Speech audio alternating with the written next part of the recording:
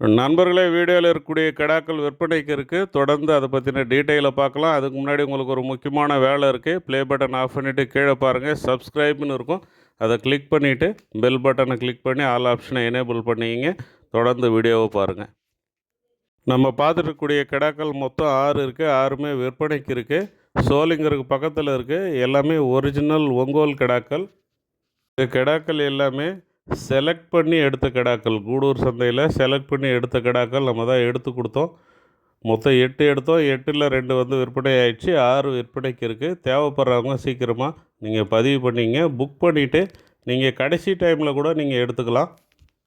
விலையை பொறுத்த வரைக்கும் பீஸ் ரேட் தான். நீங்கள் எந்த கிடாவை செலக்ட் பண்ணுறீங்கன்றதை பொறுத்து விலை சொல்ல முடியும். இந்த கிடாக்கள் எல்லாமே சென்னைக்கு பக்கத்தில் தான் இருக்கிறதுனால உங்களுக்கு டிரான்ஸ்போர்ட்டுமே வந்து கம்மியாக தான் ஆகும். தேவைப்படுறவங்க சாரோட நம்பரை நான் ஸ்க்ரீனில் கொடுத்துருக்கேன். அந்த நம்பருக்கு நீங்கள் கால் பண்ணி விலை பேசி எடுத்துக்கலாம். வீடியோவை மறக்காமல் லைக் பண்ணுங்கள். கருத்து ஏதாவது இருந்தால் கமெண்ட்டில் சொல்லுங்கள். தேவைப்படுறவங்க நண்பர்களுக்கும் இந்த வீடியோவை ஷேர் பண்ணுங்கள். நானும் ஒரு நாள் என் மனைவி பைக்கில் போனாங்க. எதிர்த்தாப்பில் வந்தவரும் ஒரு மனைவியை கூப்பிட்டு வந்தார்னு நினைக்கிறேன். ஏன்னா இப்போ யாராவது கூப்பிட்டு வர்றாங்க. நான் என் சத்தியமாக என் பொட்டாட்டி தான் கூப்பிட்டு போனேன். ஏங்க அப்படிலாம் சொல்லாங்க, சும்மா உண்மையாக தானங்க சொல்கிறேன். சும்மா நீங்கள் உங்களை வச்சு அப்படி இடப்படாங்க எல்லாரையும்.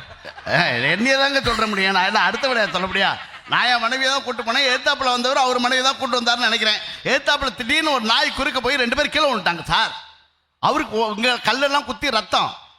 அந்த அம்மாவுக்கு அடிபட்டிருக்கு. நான் போய் அவருக்கு தொடச்சி விட்டேன். என் மனைவி போய் அவங்களுக்கு தொடச்சி விட்டாங்க. ஏன்னா மாற்றி தொடச்சா பிரச்சனை வந்துடும். இருந்தேன் இல்லை, அதெல்லாம் கொடுத்து நானே 100 ரூபா கொடுத்து இந்த கேஷுவாலிட்டியில் போய் சரிங்க பக்கத்தில் கவர்மெண்ட் ஹாஸ்பிட்டல் இருக்குன்னு. அப்போ எனக்கு ஒரு நன்றி சொன்னான் சார். அந்த ஆள் உதவி செஞ்சல நன்றின்னு சொல்லியிருக்கணும். எப்படி தெரியுமா சொன்னாரு? இதே மாதிரி நான் ஒரு நாள் உங்களுக்கு ஹெல்ப் பண்ண சார்னா. எப்படி எப்படி நான் என் மனைவி பைக்கில் வந்து கீழே குறுக்கால வந்து கீழே